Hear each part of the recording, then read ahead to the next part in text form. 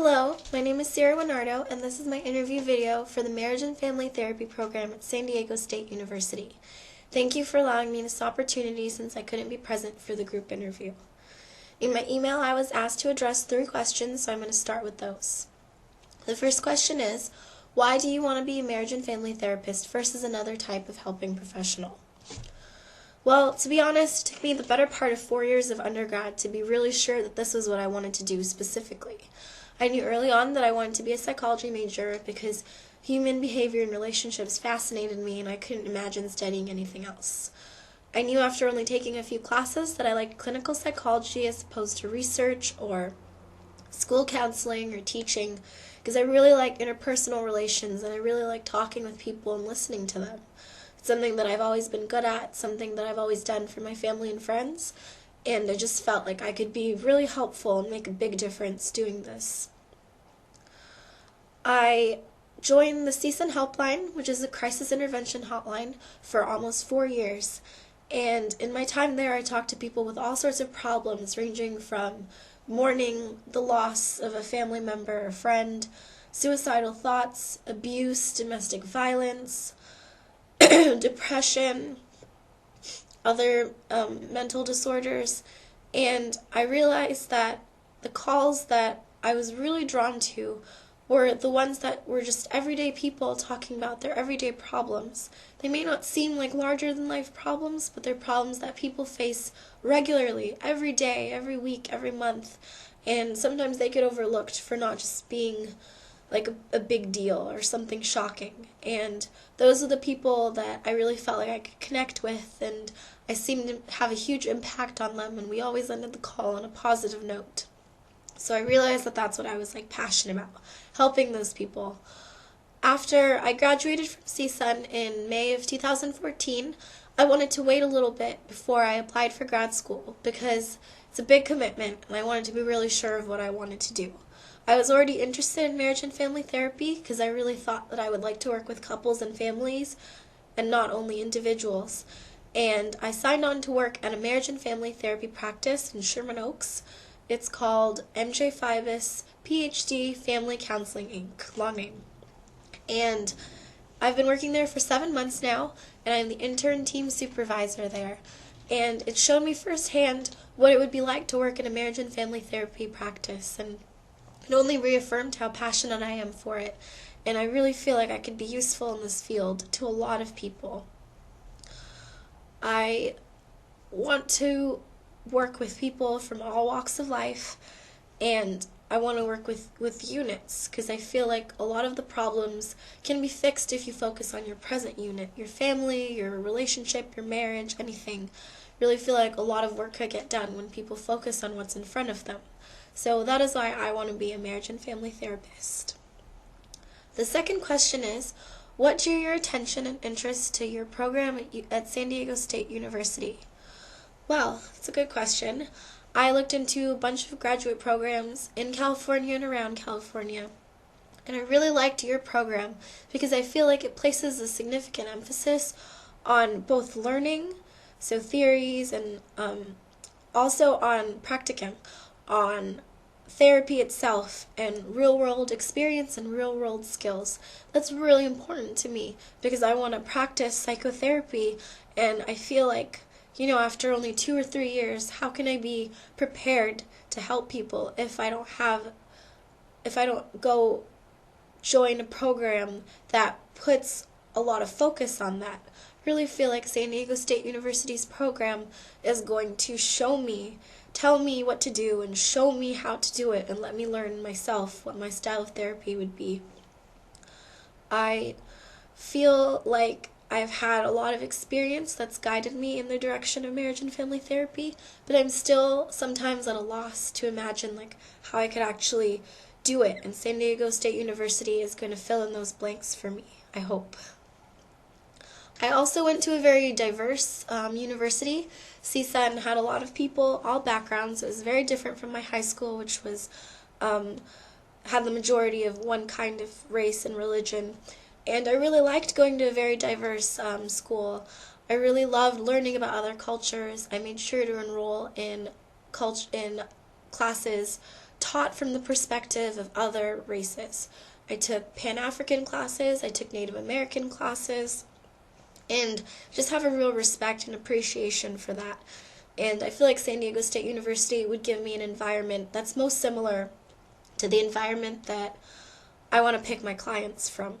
I want to see people from all over the world who come from all sorts of backgrounds and with all sorts of traditions and histories. And it's important to me that I enroll in a program that can provide that kind of training.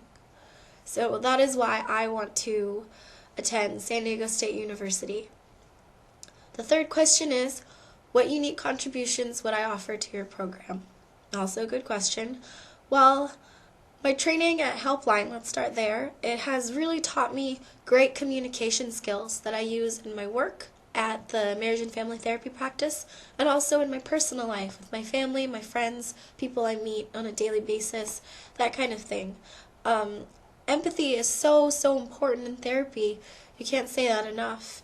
And the best way to show empathy, I've learned through the Helpline, is with validation, normalization, telling people it's okay to feel how they feel, and that even if you can't support their actions, if they do something wrong, you can support their feelings, because people's feelings should always be understood and listened to and cared about.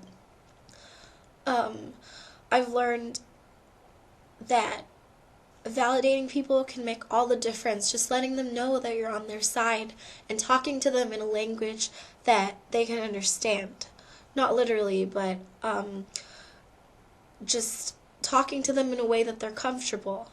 You would approach therapy differently if you're talking to a Catholic mother of 3 in her 50s, as opposed to if you're talking to a guy off the streets, a teenager, 15 years old, troubled, drug abuse. You would talk to them very differently. And I think it's important to know how to talk to people, and Helpline has really taught me that. There have been a lot of situations where at first I was completely struck by the person's tone, and I just kind of learned how to let it roll off my back and how to speak to them in a way that makes them feel respected and listened to and allows them to want to open up to me, which is very important because you have to have rapport with your clients. I'm not intimidating. I'm very friendly, very approachable. I don't think I've ever met someone who was afraid of me, so I think that I would be great in this program because I feel like I'm the type of person that people genuinely want to talk to. I work well with others. I work well with people of all backgrounds, all religions, either gender, any sexual orientation. I've probably talked to all of that, and I like working with people who are different from me. I really respect the differences. I come from a multicultural background myself. My parents were not born in the United States, so I have a real respect for other cultures and also the merging of two cultures. And in fact, one of my research interests is cross-cultural relationships, so I really think I could bring a unique perspective to your program with my cultural background and my experience. I've traveled, I've gone to where my parents are from, I've seen, I've been to other countries and seen and talked and spoken to people who are very, very different from me, and I truly love and appreciate that. So I think I'd be able to work with anybody, whether it's a fellow graduate student or a faculty at your school or my future clients. I really feel like I could work with anyone, and that's always been one of my strengths. I'm really great at setting aside my own opinions and beliefs, and I'm great at just coming into things with an open mind and being empathetic no matter what the person has done or what they're going through, because I truly believe that you can empathize with anyone, and you should. It's what makes us human, and it would be my job. I just know that I would be able to help people no matter what they're going through. I really love being exposed to new things, so I think I would welcome any challenges that San Diego State would throw at me. I would embrace it, and I would probably be able to give a new spin on things and be really helpful as a team member, as a collaborative force, and also working on my own. And yeah, I thank you for your time. I really hope to hear back from you soon. Thank you.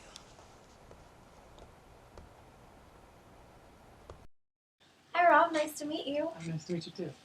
So we're just going to start by getting to know you a little bit. Does that sound okay? Yeah, that sounds good to me. Okay, great. Is this your first time in therapy? Yes, it's All right, well, how are you feeling about it? pretty good. I've never done this before, so I'm a little nervous. Well, there's nothing to worry about. We're just going to talk about how you've been feeling lately. Is that okay? Sure. Okay, great. So, how old are you? I'm 18. All right, still in school? I just graduated actually. Oh, congratulations. Yeah. From high school, I'm guessing? Yeah, thank you. Yeah, any plans for afterwards? Yeah, I'm gonna be going to college pretty soon here. In the spring. Mm-hmm. Gonna actually got accepted to CSUN, so. Oh, wonderful. Yeah. It's great. So I saw your parents in session last night, and I just want to confirm, you live with them, yes? Yeah. And no siblings? No siblings, no. So, Rob, do you want to tell me a little bit about what's been going on at home? Sure. Well, basically my dad's been using more and he's been drinking a lot, so it's just really hard to see like him kind of just like tear his body apart like that, and him just not really act how he used to, you know? And he seems kind of defeated, and it's just I don't really know how to take it, and I don't know how Mom's taking it. Do you and your mom ever talk about it? Not really. She kind of just works a lot and comes home and watches TV. They argue, and I just kind of stay out of it and keep to myself. What's their arguing like? They yell. They yell a lot, and Mom cries, and Dad leaves. They break stuff.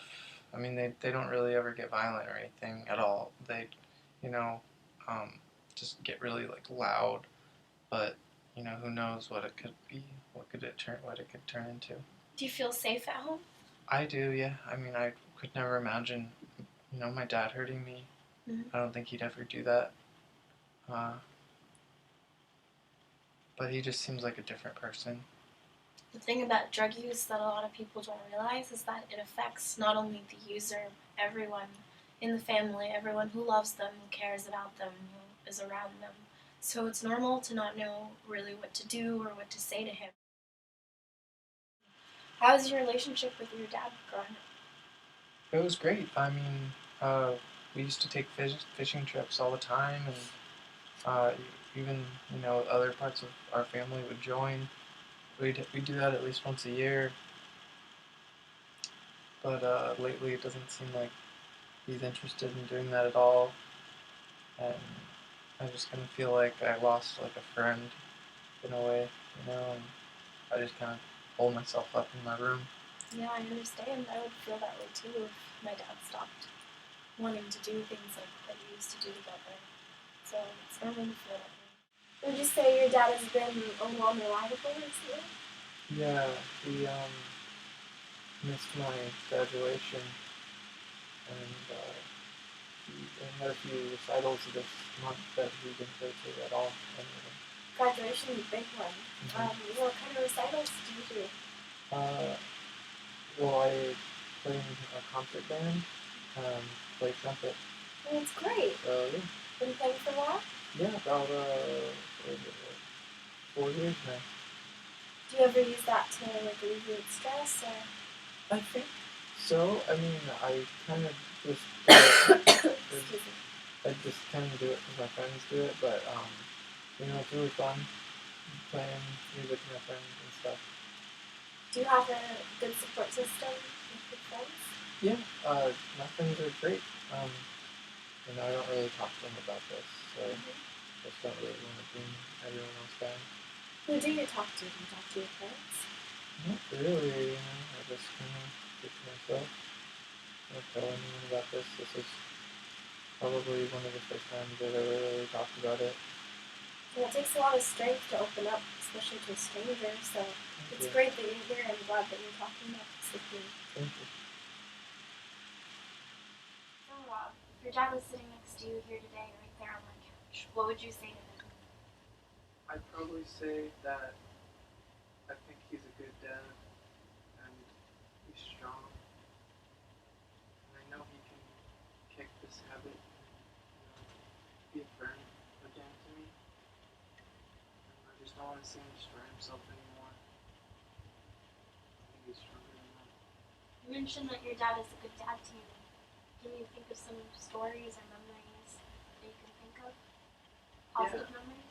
Yeah, I mean, those fishing trips that we used to take and those, vacations, he always would be so kind and like he would teach me how to fish or, really anything. But even on a daily basis until lately, he would like at least say hi and talk to me about my day and see how I was doing. Sounds like you had a really great relationship with him. I want you to know that you can have that again with him. Have you ever done role play, Pop? No. Have you ever done role play? No, I'm not quite sure what that is. So role play is basically you pretend to be someone or I pretend to be someone and then we talk to each other as if we were truly those people. Oh, okay. So it's a way for people to practice confrontation or anything without actually talking to the person that they have those feelings towards. So we're going to try a little bit right now. Is that okay? Sure, yeah. Okay, so you said you have no siblings, but pretend that you have a brother, a younger brother, and that brother is you from 10 years ago. Mm-hmm. With me? Yeah. Okay, so what would you say to yourself from 10 years ago?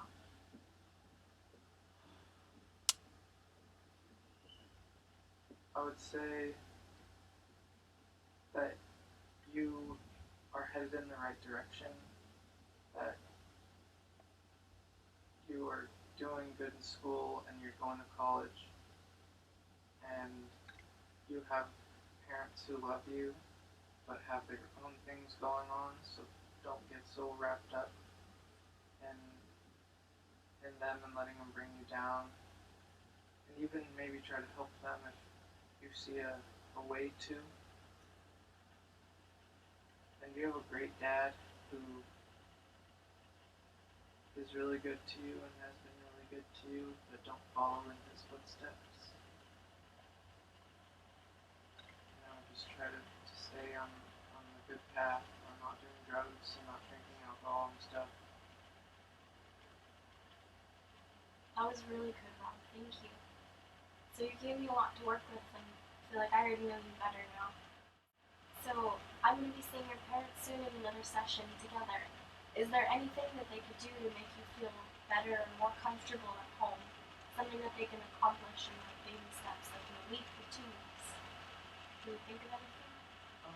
Yeah, if they just talk to me more, and maybe if they try to say, how's your day going, rather than just like okay, not just Superficial. yeah, exactly. That's great. Okay. Thanks, Rob. That was really great. So I'm going to be seeing your parents again in session in a couple nights. So I wanted to know if there was anything that they could do, like some short-term goals that would be kind of fairly easy for them to work on in the next week or two. Small baby steps. Maybe if they just, talk to me more. Maybe we had like a family night. Um,